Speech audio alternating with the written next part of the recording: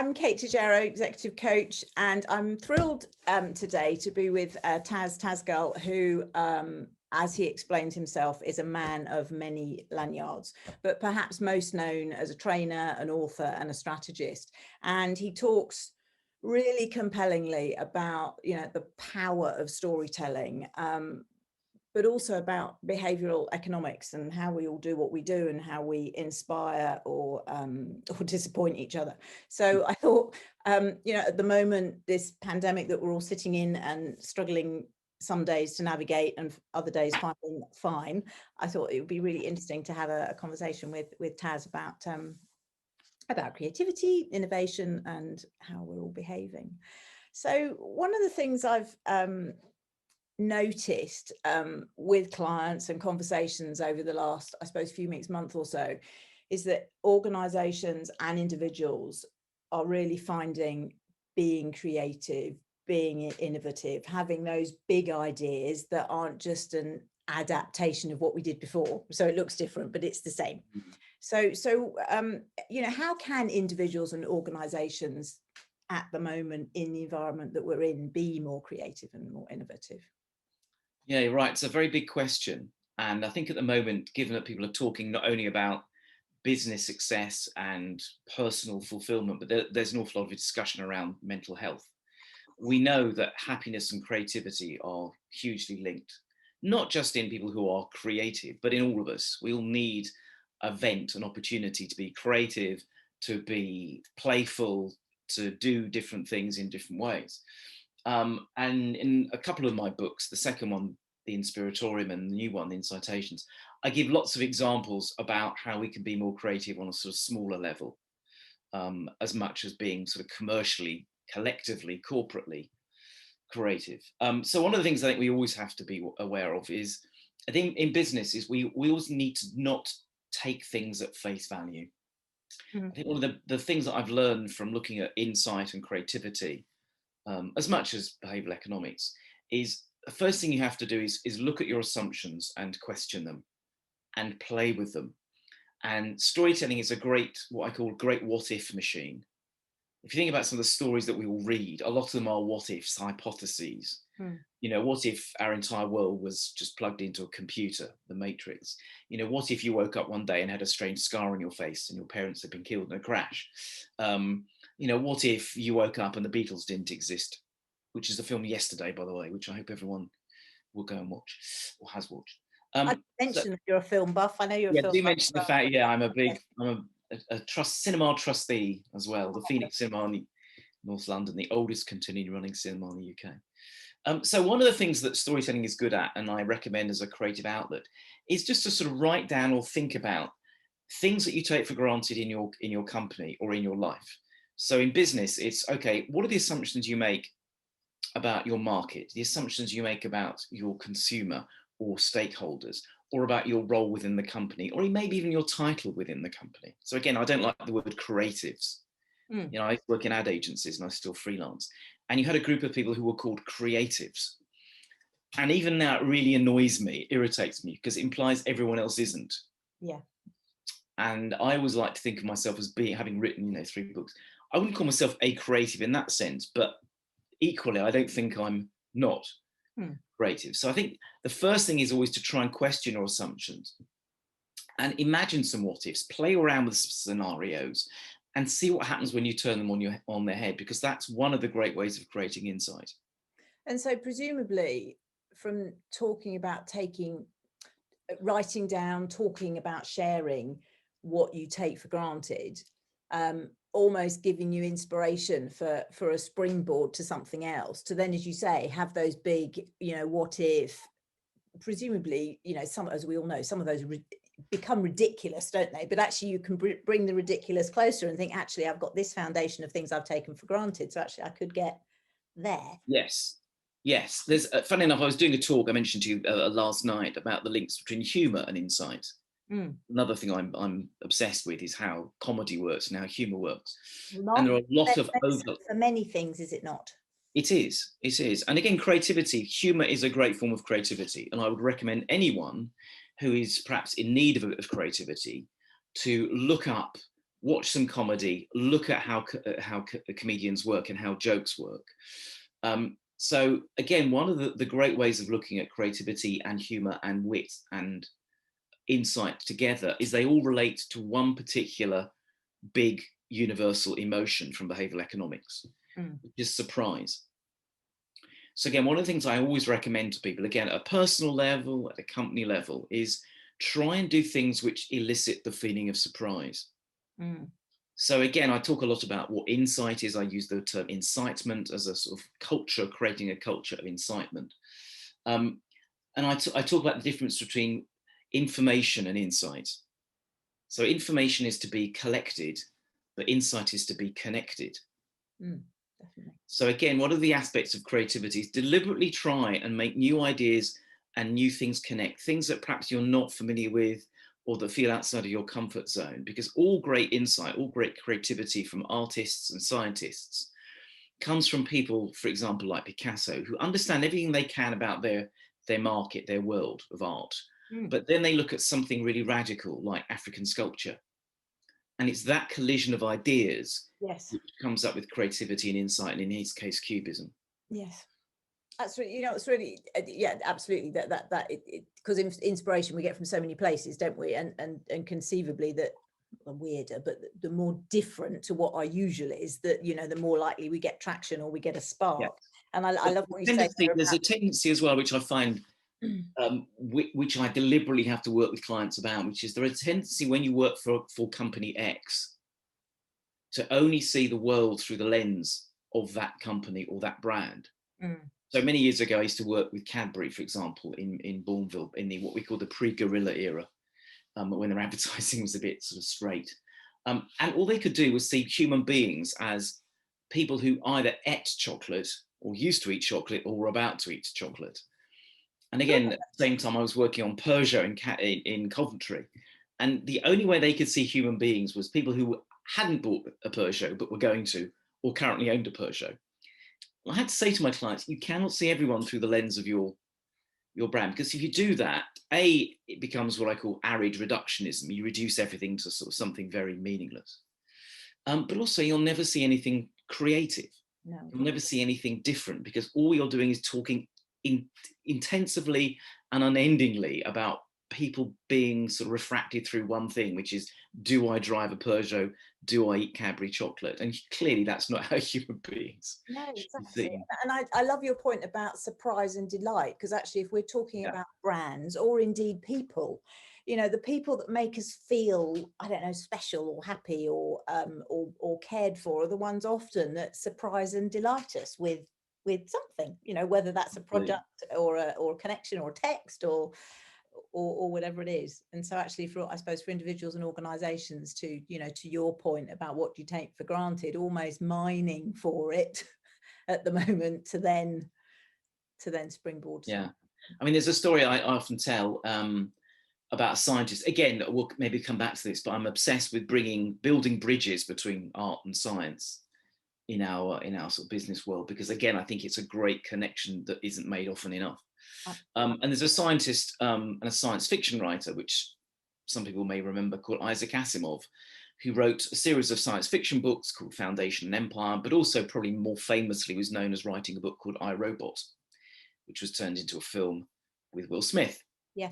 And I talk about him because, again, for me, he's one of the links between insight, surprise, art, science, humor. He says, when scientists come up with something extraordinary and new, they don't actually shout out Eureka, which is what people think they do. They shout out, that's funny.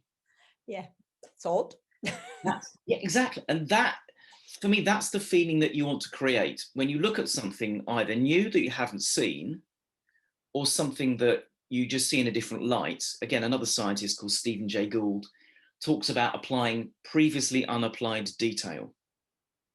So something that's there already, but you've not really thought of, or you've not really looked at.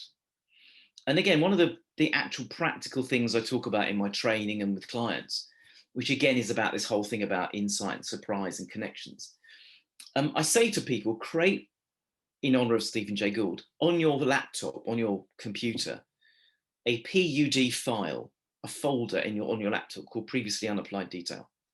And in that folder, you just put anything random that when you're thinking or reading or you spot something or it's in a book you put it into that folder and you leave it. And when you're in need of inspiration, or you've got a blank piece of paper, or you're bored or you're stuck, open up that folder and your brain will look at those things again and will say, oh, that's it. Do you know what? There's something. Yeah. Because that's what system one, which if we talk about behavioral economics, that's what it does. It makes these new connections unconsciously in your brain. And that's the secret to creativity and insight. Well, it sparks those thoughts, doesn't it? Or it sparks annoyance, or it sparks something that then makes you think in a different pattern.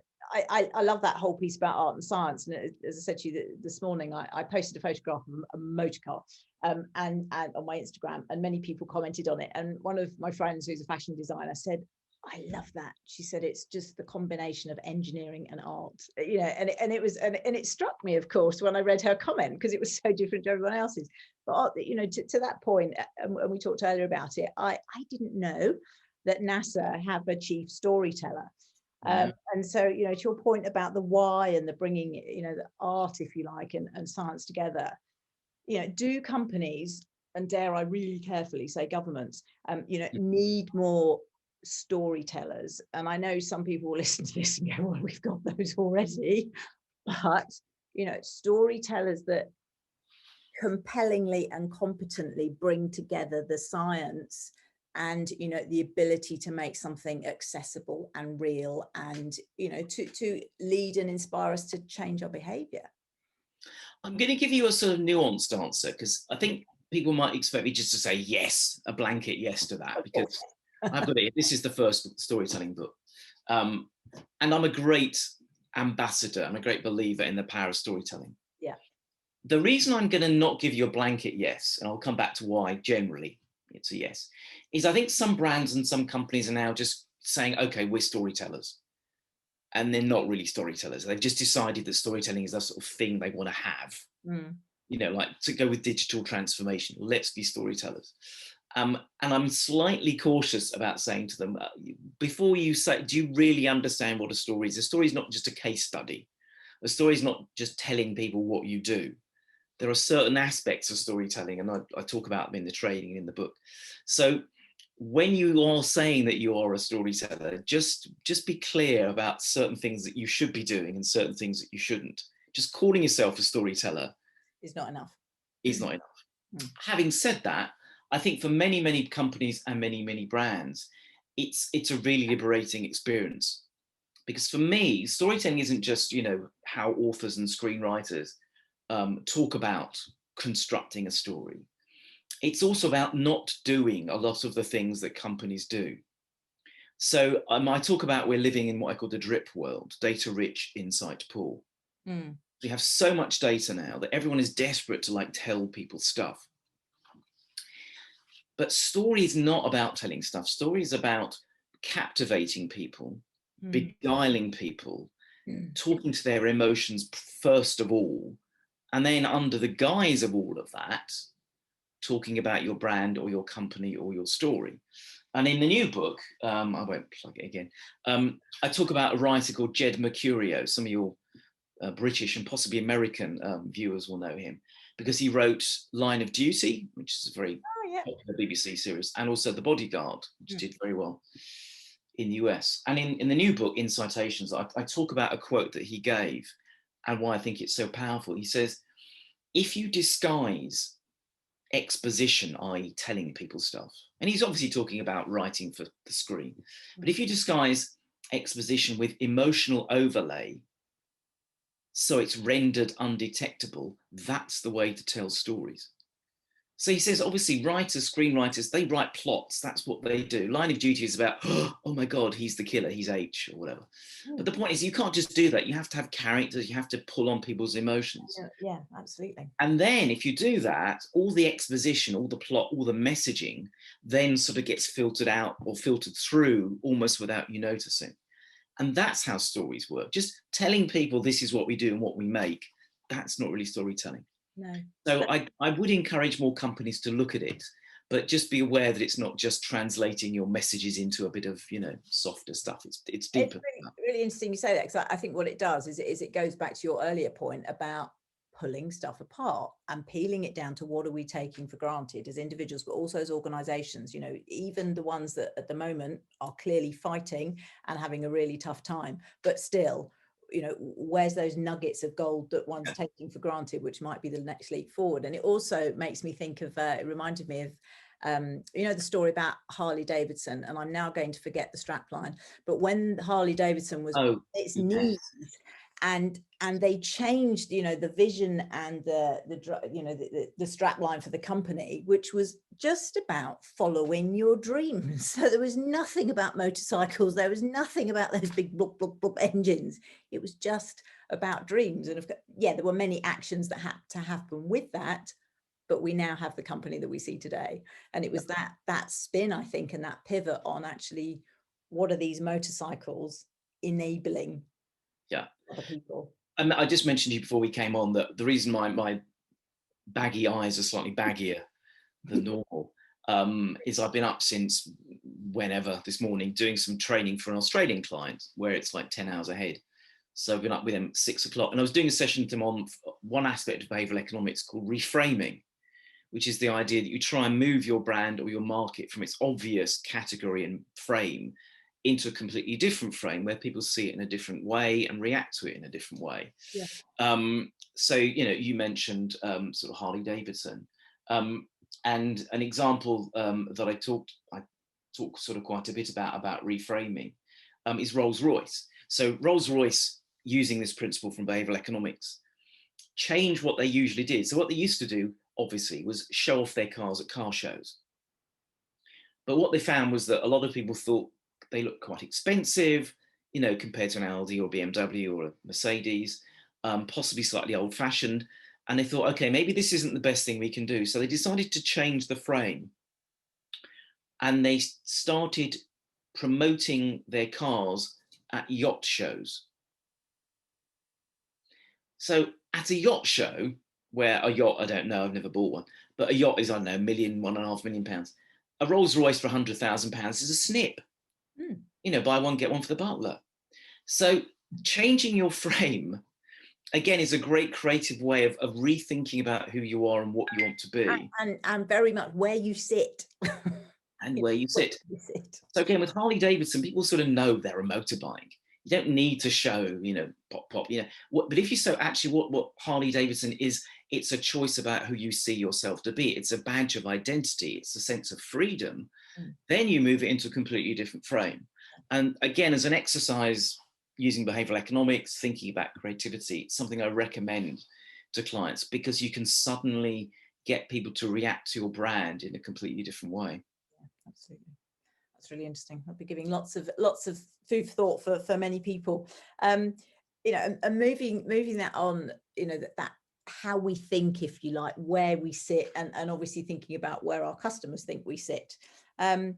I was listening to a scientist yesterday who unfortunately I can't remember his name, on Radio 4, and he was actually talking about the current pandemic and behavior, and he was talking about pharmaceuticals and the fact that if you give someone something to take to make themselves better, that is a lot more palatable for a human and our psyche than telling someone not to do something, because of course many people don't like being told what not to do.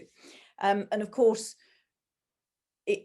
yes, notwithstanding, there are people that won't take medicine, and that's not as straightforward as it sounds. But actually, this piece around telling people what not to do when we're in the middle of a pandemic and wanting people to do things differently, but actually the top line is you can't do this, you can't see your friends, you can't hug anyone, you can't go out. It's all don't, and there's very little do, or there is a do, but it's very small. And how, you know, how would you, what do we need to be doing differently or think about this to you know, to shift that difficult scenario a bit further forward from a perspective? No, it's a really very relevant, complex topic. I mean, I think the first thing I would say, again, behavioral economics 101, again, I did a whole day of training with this yesterday or the day before.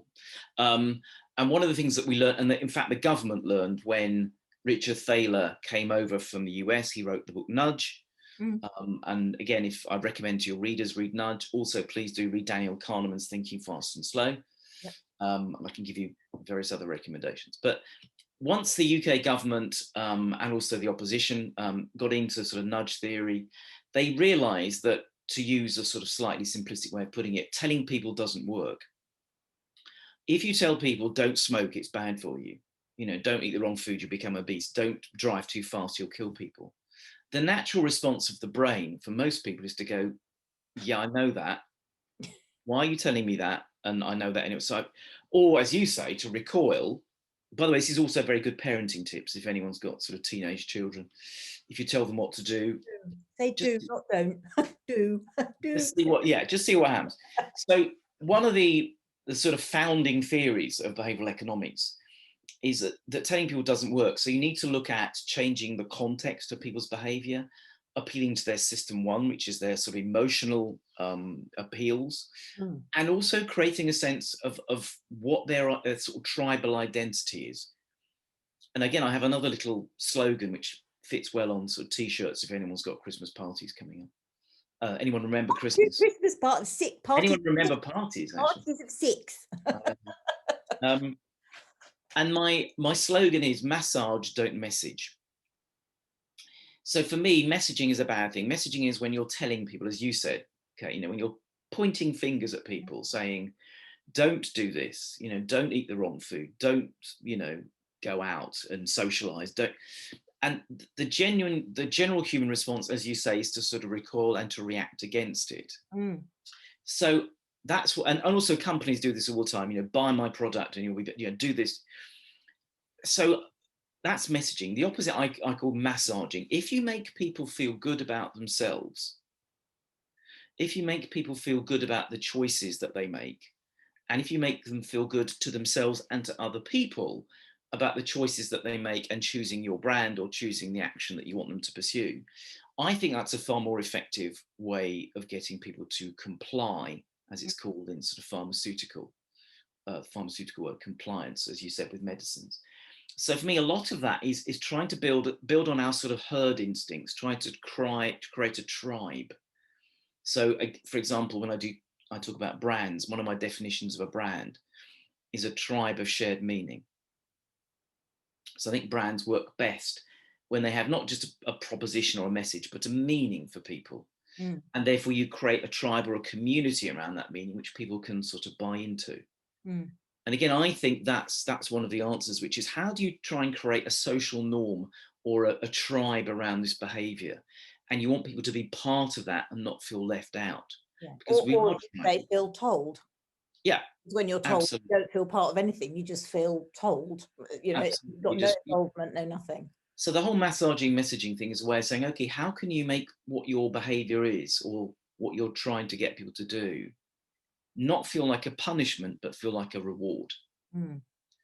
So it's, you know, excuse me, in the pandemic that we're in at the moment, it's around people feeling connected to a common goal, but as you say, not feeling as though just being told what they have to do. It reminds me of that I think it's in the hospitality sector that, of course, having such a dreadful time at the moment, about TNTs. They're known as the nice touches, aren't they? And I think that's how they change people wanting towels to be washed every day when you're in a hotel room. And I think, you know, the notices started, didn't they, that said, you know, 5 out of however many 6 customers don't wash their towels every day, you know, and we does this for the environment, and the impact is this, and you know, and some of them have actually put the amount of electricity they'd saved or water or whichever. It's a really common case study. It went back to a man called Robert Cialdini, who's one of the founding fathers of behavioral economics, his book Influence, and he talks about what's called social proof. So in the hotel room, it says, you know, most people who stayed in this room left their towels there if, you know, they needed to be cleaned. So the idea is you don't tell people do this, and if you don't do it, you're wrong. You say most people do that. So you're creating a social norm. And interestingly, I did a presentation recently in Hong Kong. Well, I say in Hong Kong, but you know, in my room in North London, to Hong Kong, to a client. where I looked at some of the ways that behavioral economics have been used in communication during the pandemic. So on the positive side, trying to remain politically neutral, when the government did their initial stay at home, protect the NHS, save lives, that was absolutely about social norms. That was, and also using the rule of three from storytelling. So that was, if you do this, we all collectively, as you said, Kate, we all collectively will win, we'll survive, whatever. Then they moved to stay alert, which I think for me just diluted the message and no one really knew. And with stay alert, do you have to like keep an eye out for suspicious acting microbes? I don't quite know. So I wasn't so keen on that, but I did have a look around the world, and there were a couple of countries that did things differently. So there was one example where the idea being that we're trying to tell people obviously to sanitize, and if they're touching things like door handles, to remember that, you know, they need to sanitize and wash their hands. So instead of making this a message and lots of facts, and what they did was they created little sort of stickers like the kids have with like germs and, you know, horrible nasties on. And they said, put those stickers on every door handle in your house. So the emotion is disgust. You're evoking disgust. So rather than telling people that, they see it in situ. They see the door handle, and your immediate reaction is, oh, that's horrible. Oh, I better. And that for me is a great way of using behavioral economics. You're talking about emotions, you're making it salient, and you're also making it very immediate for what's called system one. And also people are taking responsibility for themselves. You know, I'm not being told, I just know I don't want whatever's on there on my hands. Yeah, and there was another example. There was a girl on Instagram who was trying to follow the, I think it was American actually, advice as here, that you should wash your hands for 20 seconds, which is the length of time you sing happy birthday twice. Which everyone thought, oh God, you know, again, I'm being told what to do. And I could share the picture, but I won't now. But she took a picture of her bathroom, and she just fitted her bathroom up with lots of pictures and birthday cards and balloons to make it feel like every time she went into the bathroom to wash her hands, it was her birthday. How lovely, that's so sweet. How lovely and sweet. And again, that's absolutely in line with what behavioral economics says. So you make it fun, you make it rewarding, and you make it immediate.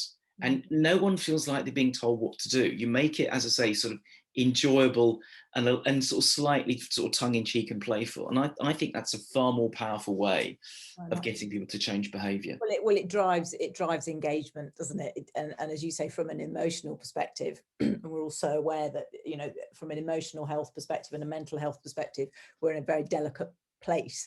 But actually things like that, when people can take responsibility and feel involved, automatically, you know, we feel more in control, even if the control is that actually my bathroom is going to be the happiest place in my village, or whatever, you know. We all want a sense of, again, psychologists call it agency. We all want a sense of agency, that what we are doing makes a difference, that we have a control over what happens around us. And again, going back to, you know, where we started, but the pandemic has threatened that sense of control, because we clearly, as individuals, as a society, have far less control than we perhaps, you know, thought we did. Yes, absolutely. Brilliant. You know, it's been really, really fascinating talking with you, and thank you so much for sharing all of that. I think it will be invaluable to many, many people. Thank you so much. Pleasure.